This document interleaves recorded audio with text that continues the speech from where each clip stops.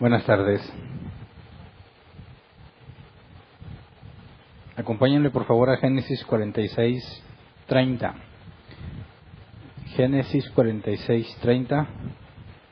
Dice: entonces Israel le dijo a José: ya me puedo morir, te he visto y aún estás con vida. El nombre del tema es Jacob llega a Egipto. Y bueno, vamos a ver que el nombre de Jacob e Israel en este capítulo se presentan, ¿verdad? Dios se dirige a Jacob como Jacob, pero luego tenemos este pasaje donde nos dice que Israel le dijo a José. Y bueno, nos quedamos el miércoles pasado en que José se mostró a sus hermanos y les pidió que fueran a traer a Jacob y a sus familias, ¿verdad? Les dijo: vénganse a vivir a Egipto. Vimos que Faraón se enteró y también apoyó a la familia de José y les mandó, además de regalos, les mandó carros, ¿verdad? Y dijimos: imagínate todo el desfile con toda la gente que iba a traer a la familia de Jacob. Así que leamos Génesis 45, versículo 25 al 28. Dice: los hermanos de José salieron de Egipto y llegaron a Canaán, donde residía su padre Jacob. Al llegar le dijeron: José vive, es el gobernador de todo Egipto. Jacob quedó atónito y no les creía, pero ellos le repetían una y otra vez todo lo que José les había dicho. Y cuando su padre Jacob vio los carros que José había enviado para llevarlos, se reanimó. Entonces exclamó: con esto me basta. Mi hijo José aún vive, iré a verlo antes de morirme. Ahora nos tratamos de imaginar la alegría de Jacob, ¿verdad? Saber que estaba angustiado por sus hijos, regresan los que se habían ido y aparte se entera de que José estaba vivo, ¿verdad? En ese momento que le explican sus hijos lo que pasó con José, pues él ya sabe, Jacob ya podría saber con certeza que los sueños que José había tenido resultaron ser ciertos, ¿verdad?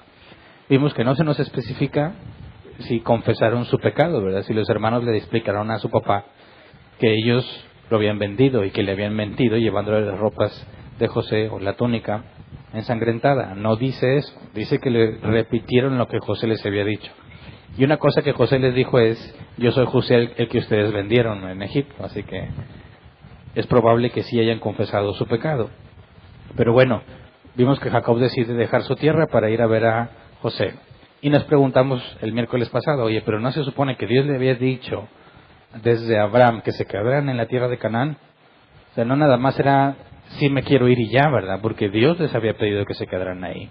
Entonces la decisión que tomase Jacob tenía que ser de acuerdo a la voluntad de Dios o, independientemente de lo que Dios había dicho, decidir irse de Canaán. Así que recordemos lo que pasó en Génesis 13, 14 al 17, cuando Dios le dice a Abraham que se quede y recorra el país. Dice: después de que Lot se separó de Abraham, el Señor le dijo: Abraham, levanta la vista desde el lugar donde estás y mira hacia el norte y hacia el sur, hacia el este y hacia el oeste. Yo te daré a ti y a tu descendencia para siempre toda la tierra que abarca su mirada, o tu mirada. Multiplicaré tu descendencia como el polvo de la tierra. Si alguien puede contar el polvo de la tierra, también podrá contar tus descendientes. Ve y recorre el país a lo largo y a lo ancho, porque a ti te lo daré. Y habíamos comentado que culturalmente, cuando alguien recibía una tierra, tomaba posesión de ella cuando recorría la tierra. Es decir, este ve y recorre era no nada más échale un ojo, sino que era propiamente el decir: ve y toma posesión de lo tuyo. Pero claro que Dios le había dicho que se le iba a dar, que ya era como si fuese de él, pero todavía no, ¿verdad? Entonces vemos que la instrucción de Dios es que recorriera el país a lo largo y a lo ancho. Y hemos visto, conforme vamos estudiando los capítulos, que aunque se han establecido en ciertos lugares específicos, pues ha sido un movimiento de ir y venir a distintas partes, cuando había hambre y todo esto. Luego, cuando Isaac ya está grande y Abraham manda a buscar esposa para él, vamos a Génesis 24, 7 al 8, donde Abraham expresa que no quiere que Isaac abandone la tierra de Canaán, ¿verdad? Dice: el Señor, el Dios del cielo, que me sacó de la casa de mi padre y de la tierra de mis familiares, y que bajo juramento me prometió dar esta tierra a mis descendientes, enviaré a su ángel delante de ti para que puedas traer de allá una mujer para mi hijo. Si la mujer no está dispuesta a venir contigo, quedarás libre de este juramento, pero en ningún caso llevarás a mi hijo hasta allá. Entonces vemos que Abraham decidió quedarse en Canaán y no quería que Isaac saliera de Canaán, ¿verdad? Luego, en caso de hambre, Isaac pensó irse a Egipto y Dios no se lo permitió. Vamos a Génesis 26, 1 al 3, dice, en ese tiempo hubo mucha hambre en aquella región, además de la que hubo en tiempos de Abraham. Por eso Isaac se fue a Gerar, donde se encontraba Abimelec, rey de los filisteos. Ahí el Señor se le apareció y le dijo, no vayas a Egipto, quédate en la región de la que te he hablado, vive en ese lugar por un tiempo, yo estaré contigo y te bendeciré, porque a ti y a tu descendencia les daré todas estas tierras. Así confirmaré el juramento que le hice a tu padre Abraham. Bueno, entonces podemos ver que Abraham e Isaac tenían la instrucción clara de quedarse en Canaán, ¿verdad? Y cuando hubo hambre, Dios le dijo a Isaac, no te vayas a Egipto. Ahora, le dicen a Jacob, hay hambre en la tierra, vete a Egipto. Si tú fueras Jacob, ¿qué harías? ¿Te vas o no te vas? Ahora, es un hecho que quiere ver a su hijo, ¿verdad? Está vivo. Y es un hecho que se van a morir si se quedan ahí. Entonces, no es una decisión que pueda tomar él mismo, ¿verdad? Tendría que consultar al Señor. Y eso es precisamente lo que nos dice el versículo 1. No lo dice directamente, pero te puedo enseñar cómo lo deducimos. Mira, en Génesis 46:1 dice, Israel emprendió el viaje con todas sus pertenencias. Al llegar a Berseba, ofreció sacrificios al Dios de su padre Isaac. Ahora, acuérdate que habían mandado carros de Egipto, ¿verdad? Para que su padre, las mujeres y los niños no tuvieran que caminar, ¿verdad? Sino que se subían a los carros y llegaran a Egipto. Así que donde está viviendo Jacob tuvo que desplazarse hacia Berseba. Y dice que allí ofreció sacrificios al Dios de su padre Isaac. Ahora, tuvo que haber pedido escala, es decir, se subieron a los carros y dijeron, antes de llegar a Egipto vamos a hacer una escala en Berseba. O se fue por sus medios a Berseba y les dijo a los carros de Egipto, aquí espérenos hasta que regresemos. Pero no ha iniciado formalmente el viaje. Ya sea que haya hecho una escala o que les haya dicho que esperen, aún no va hacia Egipto. Lo primero que hace es ir a Berseba. ¿Por qué a Berseba? Vamos a Génesis 21:33. Dice, Abraham plantó un tamarisco en Berseba y en ese lugar invocó el nombre del Señor, el Dios eterno.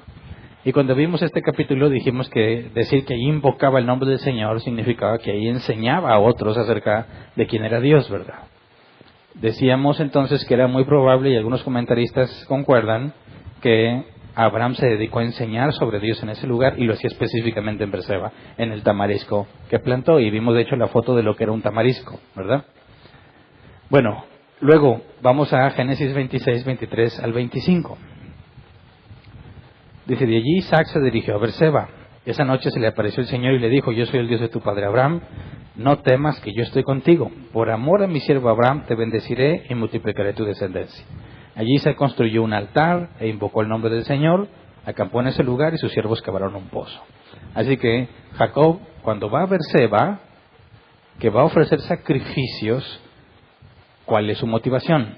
¿Por qué Berseba antes de Egipto? En Berseba, Abraham hablaba de Dios, invocaba el nombre de Dios. En Berseba, Dios le habló a Isaac. ¿Por qué va Jacob a Berseba antes de ir a Egipto?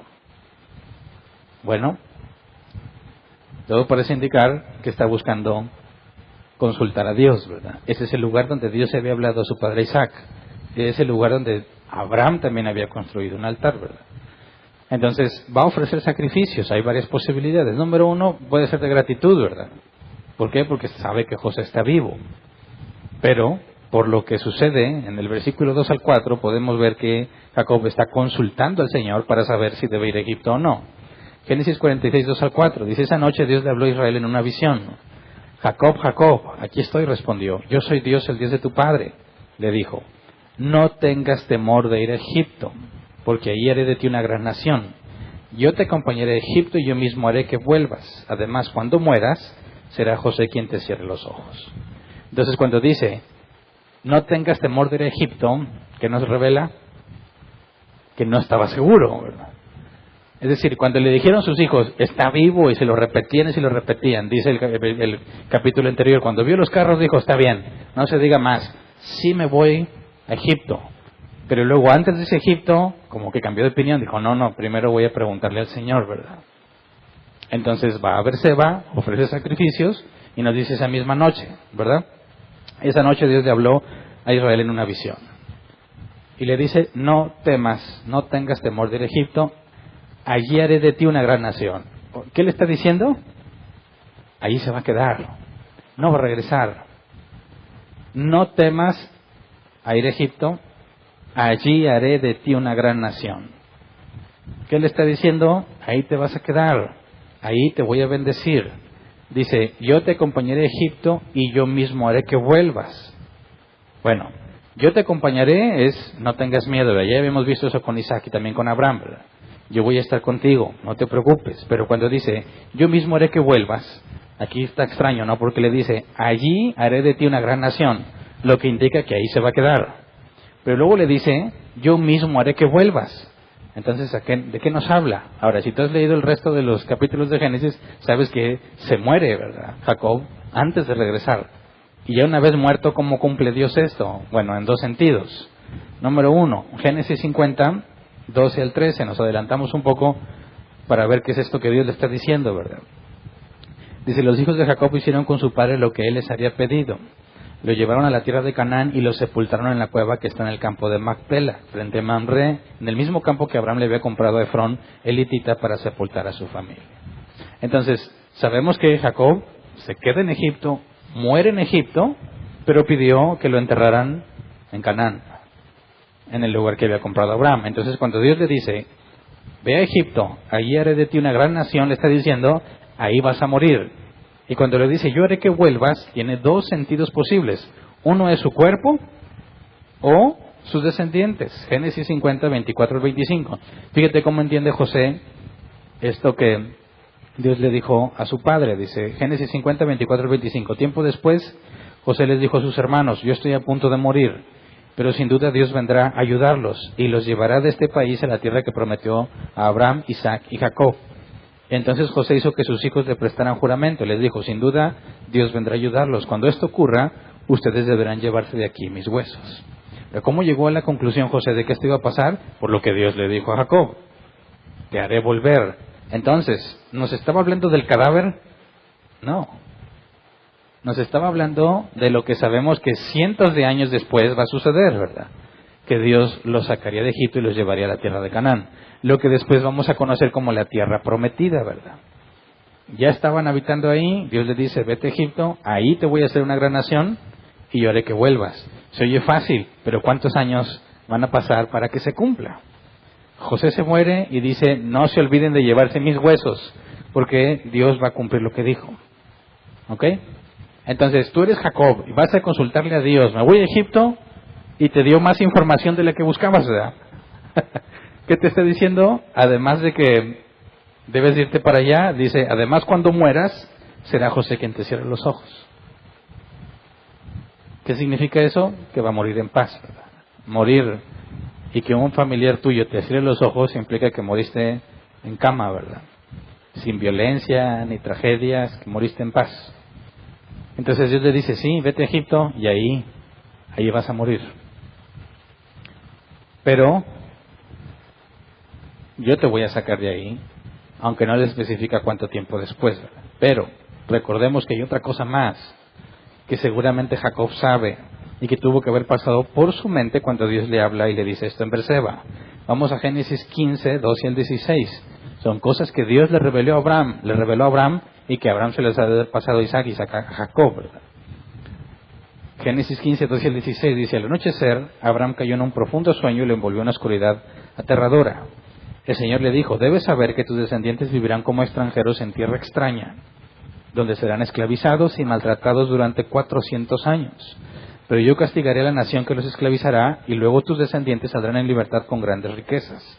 Tú, en cambio, te reunirás en paz con tus antepasados y te enterrarán cuando ya seas muy anciano. 4 generaciones después tus descendientes volverán a este lugar, porque antes de eso no habrá llegado al colmo la iniquidad de los amorreos. Ahora, fíjate bien, a Jacob se le da información, te vas a Egipto y no regresas. Pero él sabe esto. ¿Qué va a pasar en Egipto? ¿Qué es lo que dice aquí? Serán esclavizados y maltratados durante 400 años. Yo castigaré a la nación que les esclavizará y luego tus descendientes saldrán en libertad y con grandes riquezas. Ahora, Jacob lo que sabe, en el momento de su vida, cuando Dios le dice, vete a Egipto y allá te vas a morir, y que conoce esto, lo único que sabe es que José es el segundo al mando, ¿verdad? Y que Faraón, que José cuenta con la gracia de Faraón, ¿verdad? ¿Cómo es posible que los de Egipto le vayan a hacer algo a él y a sus descendientes? Sabe que en cuanto salga de Canaán, esto va a empezar a cumplirse. Y que van a estar ahí mucho tiempo. Entonces se vuelve importante notar cómo Dios le dice, pero tú vas a morir y tú, José, te va a cerrar los ojos. ¿Qué le está diciendo a Jacob? Bueno, no te va a tocar ver nada de esto. Tú vas a morir en paz. Pero es el inicio de esto que se le había revelado a Abraham. Van a sufrir mucho allí. Claro que no de inmediato, ¿verdad? Vamos a ver un poco más adelante esto. Así que checa todo lo que está pasando en la cabeza de Jacob, ¿verdad?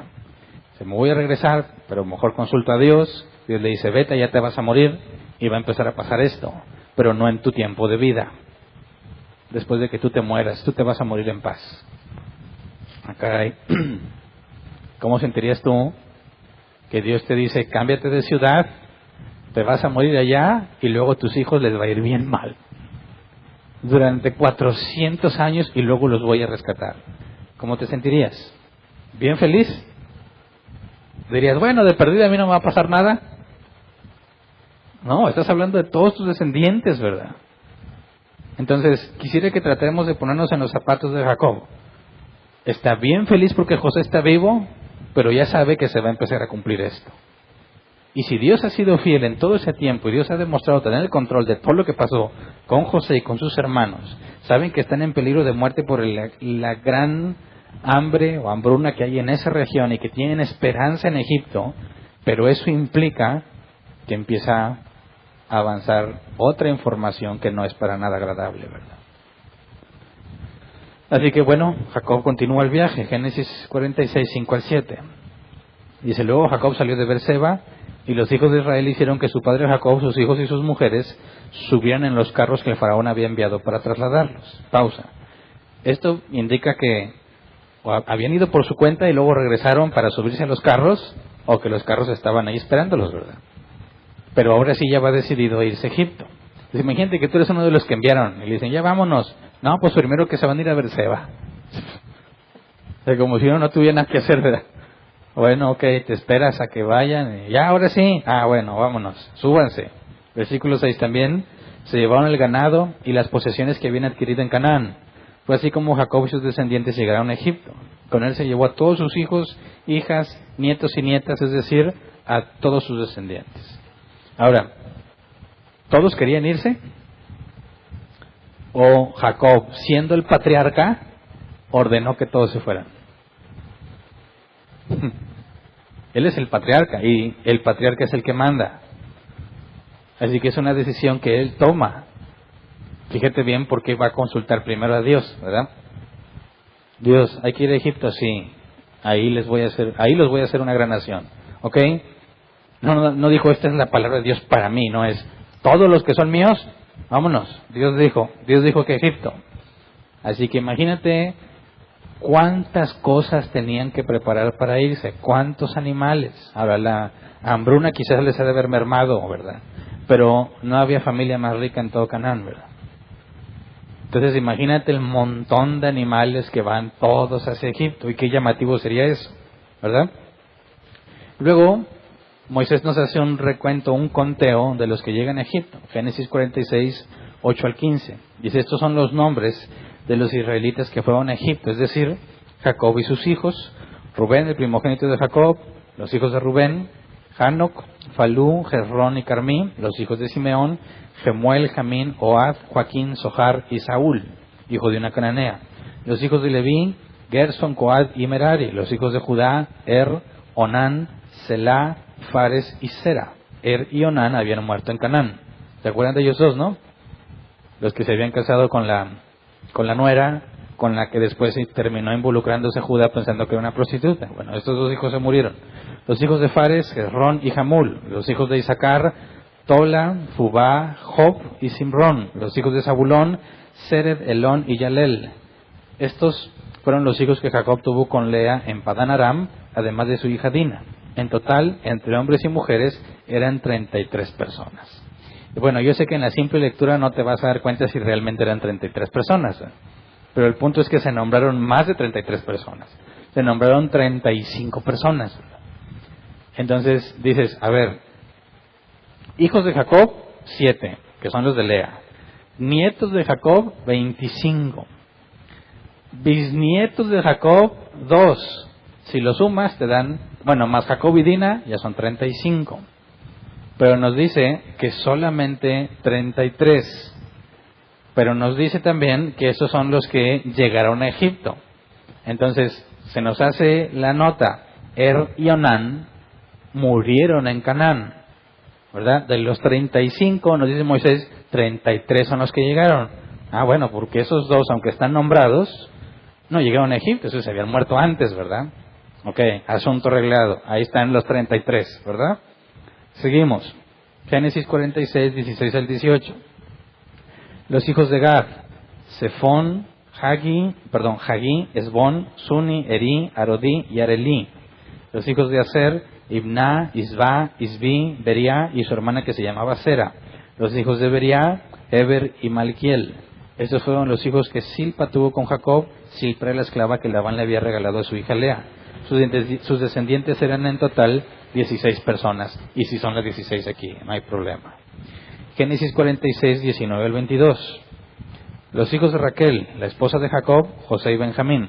En Egipto, José tuvo los siguientes hijos con Asenat, hija de Potifera, sacerdote de On, Manasés y Efraín. Los hijos de Benjamín, Bela, Beker, Asbel, Gerá, Naamán, Eí, Ros, Mupín, Jupín y Ars. Estos fueron los descendientes de Jacob y Raquel, en total 14 personas. Y son 14 personas los mencionados, pero Benjamín era muy joven para tener tantos hijos cuando llegó a Egipto, ¿verdad? ¿Se acuerdan? Dijimos que tenía 20 y algo y no pudo haber engendrado tantos hijos. Esto indica que, según la mayoría de los comentadores que encontré, que los hijos de Benjamín nacieron en Egipto, pero fueron contabilizados, como le llama la Biblia, en los lomos de su padre, ¿verdad? ¿Recuerdan cuando nos habla la carta a los hebreos de que Aarón pagó los diezmos en Abraham porque estaba en sus lomos? Aarón pagó los diezmos en Abraham porque estaba en sus lomos, es decir, históricamente en aquellos tiempos era válido contar a los hijos que ibas a tener como si ya los tuvieras si tú estabas presente. Entonces no es claro por qué Moisés nombra a los hijos que nació en Egipto. Algunos consideran que está diciendo es que era ya de su esposa, solo que nacieron estando en Egipto y cuentan como los que se trasladaron.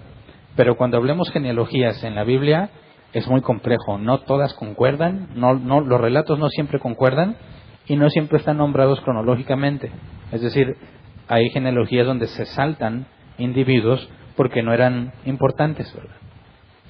Entonces, los textos antiguos no tenían la misma exactitud que esperaríamos de textos modernos, ¿verdad? Que si me vas a citar una genealogía, pues yo quiero que estén todos. En aquel entonces no era importante. Y por eso es común en la Escritura encontrar diferencias entre la genealogía que se nombra en números o en crónicas y lo que encontramos aquí, hay variantes. Pero para aquel tiempo, la exactitud en las personas no era algo que se requería. Luego, Génesis 46, 23 al 25, dice, el hijo de Dan, Jusín, los hijos de Neftalí, Yasel, Guní, Geser y Silén. Estos fueron los hijos que Jacob tuvo con Bilhá. Ella era la esclava que Labán le regaló a su hija Raquel. El total de sus descendientes fue de 7 personas, y son 7.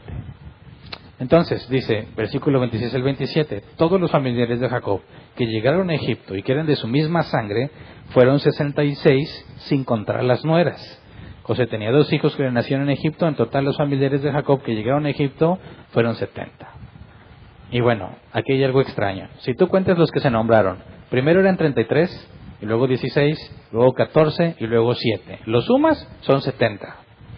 Ok, Moisés, los 70 los entiendo, pero los 66 sin contar las nueras, quién sabe quiénes son esos, ¿verdad? porque en ningún momento están contando las nueras, ¿verdad? Y dice, son 66 sin contar nueras, y los que nombró son 70. Así que incluso algunos comentaristas dicen, no sabemos cuál es el criterio que se usó para determinar estos 66, pero llegamos a los mismos 70, ¿verdad? Pero déjeme complicarlo un poco más. Vamos a Hechos 7:14. Discurso de Esteban antes de morir. Dice, después de esto, José mandó llamar a su padre Jacob y a toda su familia. 75 personas en total. Y ya no nos cuadran con los 70, ¿verdad? Ni siquiera si le agregamos los 2 que se habían muerto. No cuadra. ¿Por qué? ¿Por qué Esteban cita 75? Y a nadie le pareció incorrecto. Tú digas, no, sí, 75. Pero si tú vas y cuentas las personas, son 70. Entonces, ¿por qué la diferencia? Bueno, la diferencia se debe a que en los tiempos de Esteban, en los tiempos de Jesús, lo que se leía era la versión Septuaginta, no la que estamos leyendo nosotros. Y en la Septuaginta agrega 5 personas más entre hijos y nietos de Manasés y Efraín. Entonces Esteban está citando la escritura que todos conocían ahí, la Septuaginta, no la que estamos leyendo nosotros. Por eso nadie le reclamó a Esteban porque dijo que 75, porque eso es lo que ellos habían leído. Entonces la diferencia entre 75 y 70, históricamente hablando, para ese tipo de documentos en ese contexto histórico, no significa absolutamente nada. Porque en la Septuaginta se agregan más personas, dicen, bueno, las agregaron al relato, no se sabe por qué. Para nosotros puede ser algo problemático por nuestro estándar actual, pero en aquellos tiempos no era de importancia. Y cuando veamos más genealogías más adelante nos vamos a dar cuenta que no hay una forma de asegurar que son exactamente las personas que debían de ser. Por eso, aquellos que tratan de determinar la edad de la Tierra por las generaciones que hay, no lo pueden saber con exactitud, porque no pueden verificar que realmente están mencionadas todas. Tenemos alrededor de 6,000 años lo que dicen, ¿verdad? Contando las genealogías, un aproximado, pero en la Escritura no se registraban absolutamente todos. Entonces, bueno, partiendo de ese relato, ya sabes que cuando alguien te diga, la Biblia dice mentiras, no. El estándar de aquellos entonces no implicaba que tuvieran exactitud numérica. Algunos consideran incluso que se haya redondeado a 70 o que nada más se dejara en 70, incluyendo los hijos de Benjamín, era para establecer algún patrón numérico, ¿verdad? Lo que el número 70 significaba para aquel entonces, ¿verdad? Por ejemplo, 70 semanas estarían los exiliados, ¿verdad?, de Israel. ¿Por qué el 70? Bueno, ese periodo de tiempo era importante. Algunos piensan que Moisés está tratando de mencionar a los 70 para mostrar este grupo en particular, dándole importancia a ese número, pero bueno, no lo podemos saber con certeza. Continúa después con el relato, Génesis 46, 28 al 30, Jacob y José se encuentran. Dice, Jacob mandó a Judá que se adelantara para que le anunciara a José su llegada y éste lo recibiera en Gosén. Cuando llegaron a esa región, José hizo que prepararan su carruaje y salió a Gosén para recibir a su padre Israel. Cuando se encontraron, José se fundió con su padre en un abrazo y durante un largo rato lloró sobre su hombro. Entonces Israel le dijo a José, ya me puedo morir, te he visto y aún estás con vida. Bueno, ¿significa que tuvo pensamientos suicidas Jacob cuando vio a José? No. Cuando dice, ya me puedo morir, te he visto y estás con vida, ¿a qué se refiere? ¿A que se quiere morir? No, Dios le había dicho, cuando mueras, será José quien te cierre los ojos, ¿verdad? Entonces ve a José y dice, ahora sí ya me puedo morir. No significa que ya se quiere morir. Está diciendo, ya puedo esperar con calma lo que Dios dijo que iba a hacer. ¿Me explico? O sea, ya está en paz. Ya vio a José, Dios le dijo que José le iba a cerrar los ojos cuando se muriera. Lo único que le resta a Jacob es esperar a que llegue ese día, ¿verdad? Entonces, quisiera que nos imagináramos al José que ya vimos que lloraba muchas veces, ¿verdad? Que no se aguantaba y tenía que apartarse a llorar y luego ya se limpiaba la cara y salía. Si lloraba viendo a sus hermanos, ¿cómo se puso cuando vio a su papá, ¿verdad? Por eso dice que lloró sobre su hombro durante un largo rato, ¿verdad? Entonces podemos ver que José era sentimental, ¿verdad? Era emocional. Entonces estuvo ahí desahogándose un largo rato con su papá. Luego dice versículo 31 al 32. José les dijo a sus hermanos y a la familia de su padre: voy a informarle al faraón que mis hermanos y la familia de mi padre, quienes vivían en Canaán, han venido a quedarse conmigo. Les diré que ustedes son pastores que cuidan ganado y que han traído sus ovejas y sus vacas y todo cuanto tenía. La pregunta es ¿por qué el énfasis en decir que son pastores? ¿Verdad? Fíjate bien, José conoce las promesas de Dios, ¿verdad? José tuvo que enterarse de lo que Dios le dijo a Jacob. En Egipto, ahí te haré una gran nación. ¿Cuál era el peligro que corrían Abraham y los suyos al salirse de Canaán? ¿Cuál era el peligro? Mezclarse, ¿verdad? Ahora, si se van a vivir a Egipto, ¿cómo le haces para que no se mezclen con los egipcios? ¿Cómo le haces? ¿Qué es lo que dice José? Voy a decirle a Faraón que ustedes son pastores. ¿Se acuerdan que los egipcios aborrecían a los pastores? ¿Verdad? Nadie se va a querer mezclar con ellos. Ahora, fíjate bien, ¿qué pasaría? Imagínate que Faraón, que tiene en alta estima a José, ¿verdad? José es el segundo al mando y todo lo ha hecho bien. Le dice, viene mi familia y necesitan de qué vivir. ¿Qué podía proponerles Faraón a la familia de José? Si José no le dice, estos son pastores, ¿qué clase de trabajos les podría dar al segundo hombre más importante de todo Egipto? Pues muy buenos trabajos, ¿verdad? Algo que representará algún tipo de privilegio por ser familia de José, ¿verdad? Pero ¿eso sería bueno o sería malo? Eso sería malo partiendo de que ellos son el linaje que Dios está preservando, ¿verdad? Porque si van a estar trabajando en Egipto y van a ser personajes importantes en Egipto, ¿qué pasó cuando a José lo nombraron gobernador? ¿Qué fue lo primero que se dictó? Se casa con la hija del sacerdote de la ciudad del sol, Potifera. La hija se llama Asenath, ¿verdad? Ahora, José no quiere que eso pase. Para que se preserve la familia, tienen que estar aislados. ¿Cómo los mantienes aislados? Mientras están en Egipto. José dice, la tierra de Gosén.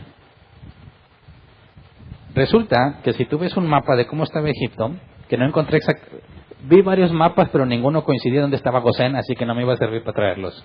Yo quería que me dijeran exactamente dónde está Gosén y confirmarlo en varios mapas, pero en los mapas que vi ubican a Gosén en distintas partes.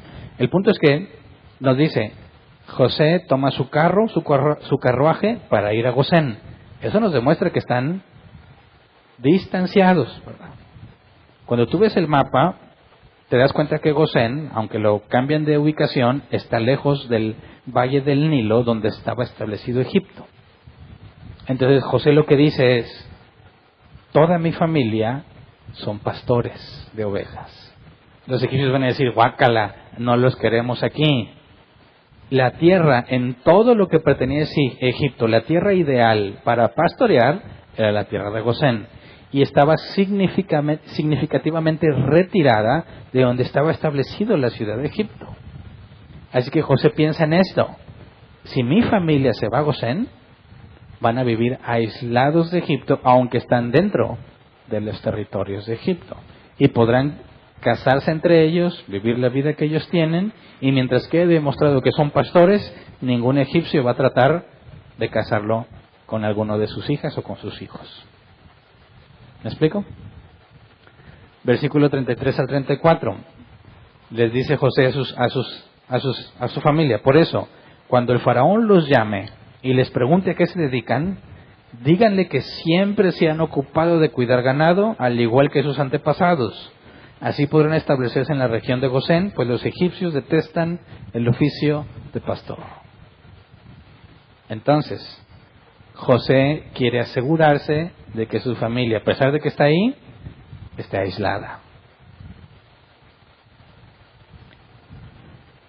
Así que todavía hay cosas en juego, ¿verdad? Sabemos que José es el segundo al mando, pero él no decide dónde se van a ir. ¿Nada más se dedicaban al ganado la familia de José? No. Por eso José les dice, cuando les pregunte, díganle que son pastores y que siempre han sido pastores y que sus antepasados son pastores. Porque si les dicen que son otra cosa, ¿qué va a pasar? Faraón les puede dar otro puesto, otro oficio. Faraón quiere ayudar, ¿verdad? Está muy contento con José. Y José está diciendo, no permitan bajo ninguna circunstancia que les ofrezcan algún honor o privilegio, porque ¿cómo se sentiría Faraón si lo desprecias? No, sería lo peor que podrías hacer. Estarías forzado a aceptar lo que él te proponga. Así que no digas nada más que eres pastor. Y es lo único que sabes hacer. Así que si Faraón quiere ayudarlos, les va a decir, váyanse lejos a la tierra de Gosén, ¿verdad? Y eso es precisamente lo que necesita. Entonces fíjate bien, todo lo que está sucediendo en este momento en el que José y todos se trasladan a Egipto, ¿no llamaría la atención a Egipto ver tanta gente llegando a Egipto? Ahora, ¿qué pensarían todos los que tienen hambre que viven fuera de Egipto? Que ven que todos los de Jacob se van a Egipto, ¿qué pensarían? ¿No, a ti no se te ocurriría decir, pues yo también, o no? Sabemos que cuando Dios después, por medio de Moisés, saca a los israelitas, la Biblia es una palabra que nos traducen a nosotros como chusma. ¿No sé si se acuerdan? Dice que junto con Israel se fue la chusma. Y cuando tú vas a la palabra hebrea es todos los, nosotros diríamos en México, los colados, los acoplados, los que dijeron, ya se va, pues yo también, ni eran de los israelitas, pero se les pegaron, ¿verdad? ¿Qué nos dice Moisés? Ojo, son 70 personas los que llegaron. Está diciendo, no hubo chusma, no hubo gente que se les pegó, estaba bien controlado quiénes eran, ¿verdad? Le dice Jacob a Judá, ve y dile a José que nos espere ahí. José les dice, ustedes todos dice que son pastores, de manera que los que hubieran estado viendo que se van para allá y si hubiesen querido agregar al desfile, aprovechando que son muchos, pues pásenle todos, no, hubo un control estricto de los que entraron. Egipto no se iba a dar, le iba a decir, bueno, pásenle, ¿quiénes son? Todos ustedes son de José, pásenle todos. No, hay un registro estricto. Como Egipto es el que tiene comida, tenía control de quiénes son los que están entrando. Entonces, podemos ver que la soberanía de Dios es impresionante. Es impresionante hasta dónde alcanza lo que Dios tiene planeado. Y cómo al mismo tiempo no está obligando a ninguno a hacer lo que Él quiere, ¿verdad? Desde que empezó la historia de Jacob y estábamos viendo cómo chiflaba José. Es más, desde que vimos que Jacob en sí era tramposo, dijimos, todo empezó desde allí. La liberación de los israelitas, del hambre que había en la región, empezó obviamente desde Adán y Eva, ¿verdad? Desde antes. Pero vemos claramente la personalidad de Jacob. Cómo Jacob trató a sus hijos para que se hiciera el conflicto, ¿verdad? Y luego fue tras el conflicto que se deshacen de José, la personalidad de José, la personalidad de sus hermanos. Lo que Dios hace con José y luego lo que Dios hace con sus hermanos, los junta. Y luego lo que hace con Jacob, cómo le habla a Jacob y le dice, te vas a morir. Allá va a empezar todo el sufrimiento que le dije a Abraham, pero yo estoy contigo. Fíjate bien, no le dijo, todo va a ir bien, ¿verdad? Le dijo, yo estoy contigo.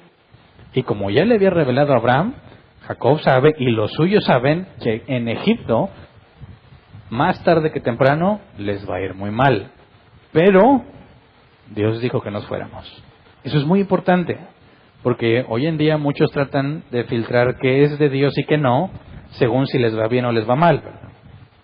Pero ¿qué pasa si Dios te dice, mira, Hernán, vete a aquella ciudad, te va a ir bien mal, pero yo voy contigo? Dices, ¿es de Dios o es del diablo? Quien no conoce a Dios va a decir, no, eso no puede ser de Dios. ¿Cómo un Dios bueno va a querer que me vaya mal? No. Pero el que conoce a Dios sabe que no se trata de evitar problemas, sino que Dios esté contigo. Así que la decisión que están tomando todos, aunque podemos entenderla como algo feliz, ¿verdad? Porque ya no vas a tener el problema del hambre, sabes que Dios ya avisó que las cosas se van a poner muy mal. Pero debes confiar porque Dios va a estar allí. Eso es lo más complejo. Decir, Dios está conmigo y me está yendo bien mal, ¿verdad? Porque es normal que pienses que si Dios está contigo las cosas deben ir bien, ¿verdad? Pero no, lo difícil es entender que te está yendo muy mal, pero Dios está contigo. Y debes de confiar. Así que el hecho de que Dios esté contigo no significa que las cosas marchen bien, sino que no te abandona a pesar de que todo esté mal. Pero nosotros tendemos a angustiarnos cuando las cosas van mal, porque pensamos que Dios no está con nosotros, ¿verdad? Entonces, entender lo que está pasando aquí y cómo José trata de preservar a su familia, un lugar donde puedan crecer aislados, como una nación independiente dentro de otra nación. José todavía no sabe si el faraón va a aceptar o no, ¿verdad? Eso lo vamos a ver en el siguiente capítulo. Pero lo que sí sabe es que tiene que confiar en él, ¿verdad? Nosotros todos nos enfrentamos a dificultades y tenemos que tener la certeza de que vendrán dificultades. Pero también tenemos las promesas en el Nuevo Testamento de que nada nos separará de su amor, ¿verdad? Que Él siempre va a estar con nosotros. Así que no te atrevas a medir tu relación con Dios según tu situación.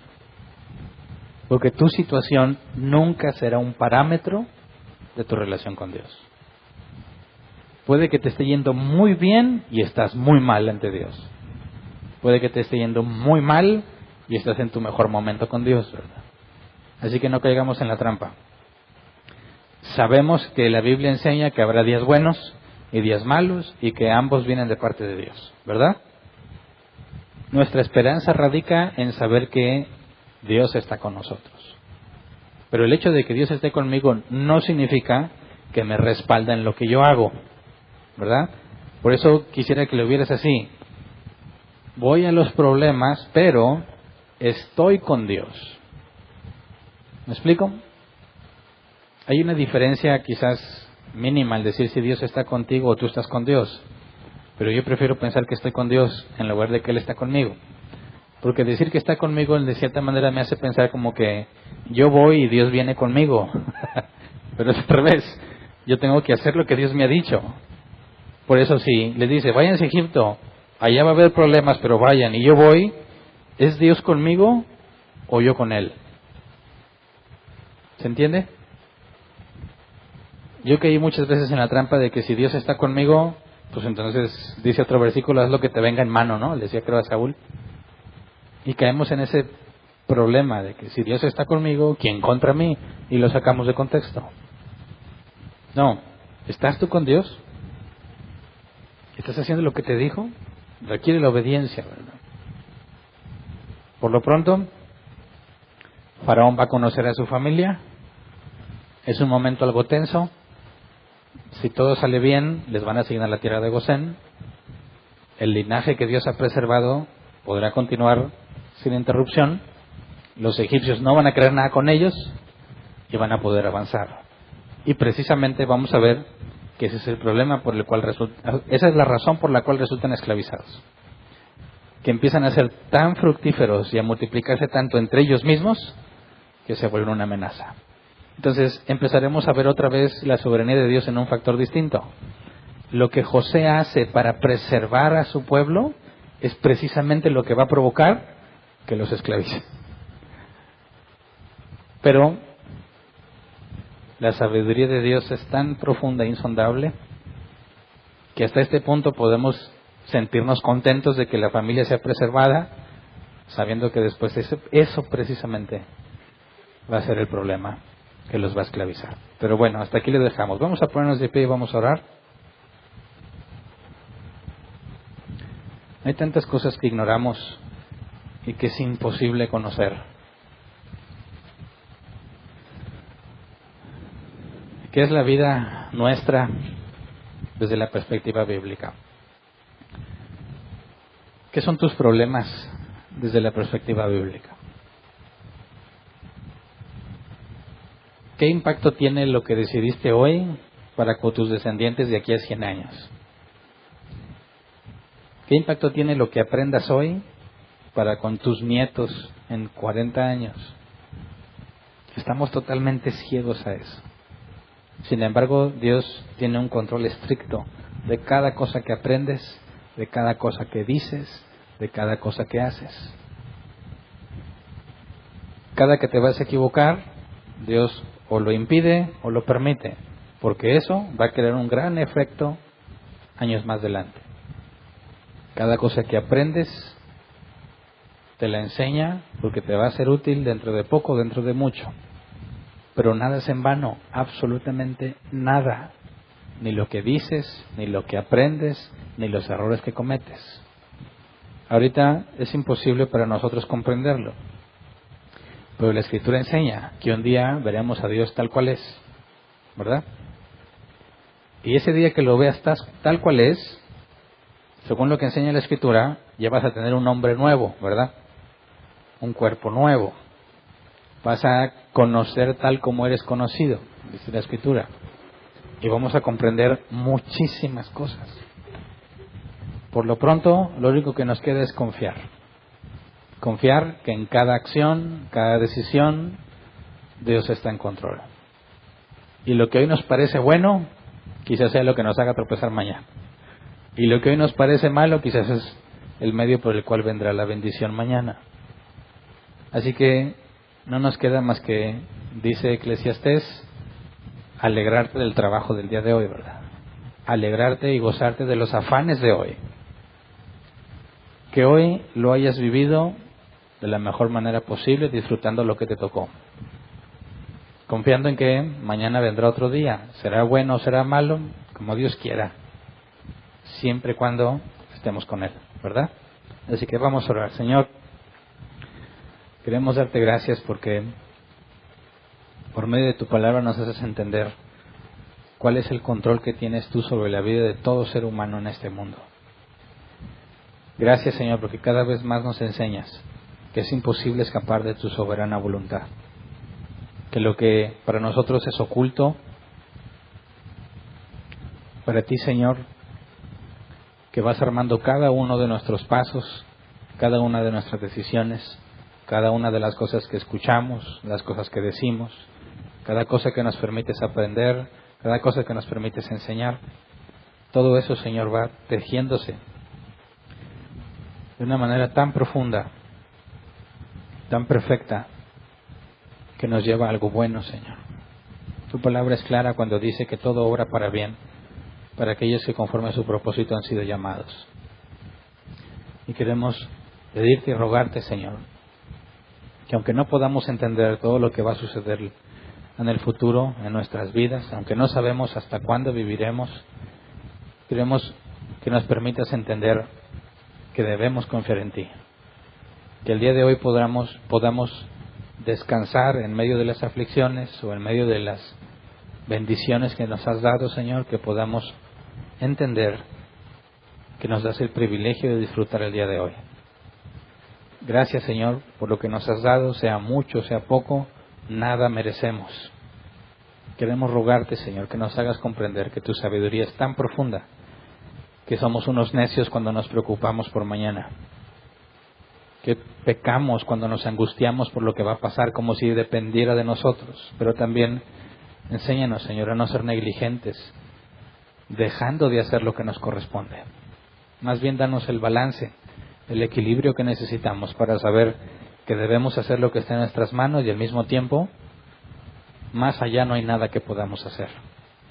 Enséñanos a esperar y a descansar en ti con una conciencia limpia, una conciencia en paz, tranquila, sabiendo que hemos hecho todo lo que nos has permitido entender y en aquello que no hemos podido, Señor, nos has dado arrepentimiento o nos has dado convicción de pecado para traerlo ante ti y confesarlo, Señor. Perdona nuestros errores, perdona nuestras ofensas. Enséñanos a confiar cada vez más en ti y en ver que hay mucho más de lo que nuestros ojos ven. Hay mucho más de lo que nuestra mente puede alcanzar a comprender. Hay tanto que no sabemos que ni siquiera sabemos que no lo sabemos. Por eso enséñanos a humillarnos ante ti, a confiar plenamente en ti, aunque muchas cosas no podamos entenderlas. Todo esto te lo pedimos, Señor, para que podamos vivir dando testimonio de tu poder, gozándonos en cada día que nos das, testificando sobre tu grandeza, para que tu nombre sea glorificado. Gracias. Amén. Pueden sentarse. Sección de preguntas. 15 minutos para responder preguntas. Si nos queda tiempo, respondemos preguntas en línea si las hay. Solo levanta tu mano y te llevan el micrófono. Así que, ¿alguien tiene una pregunta?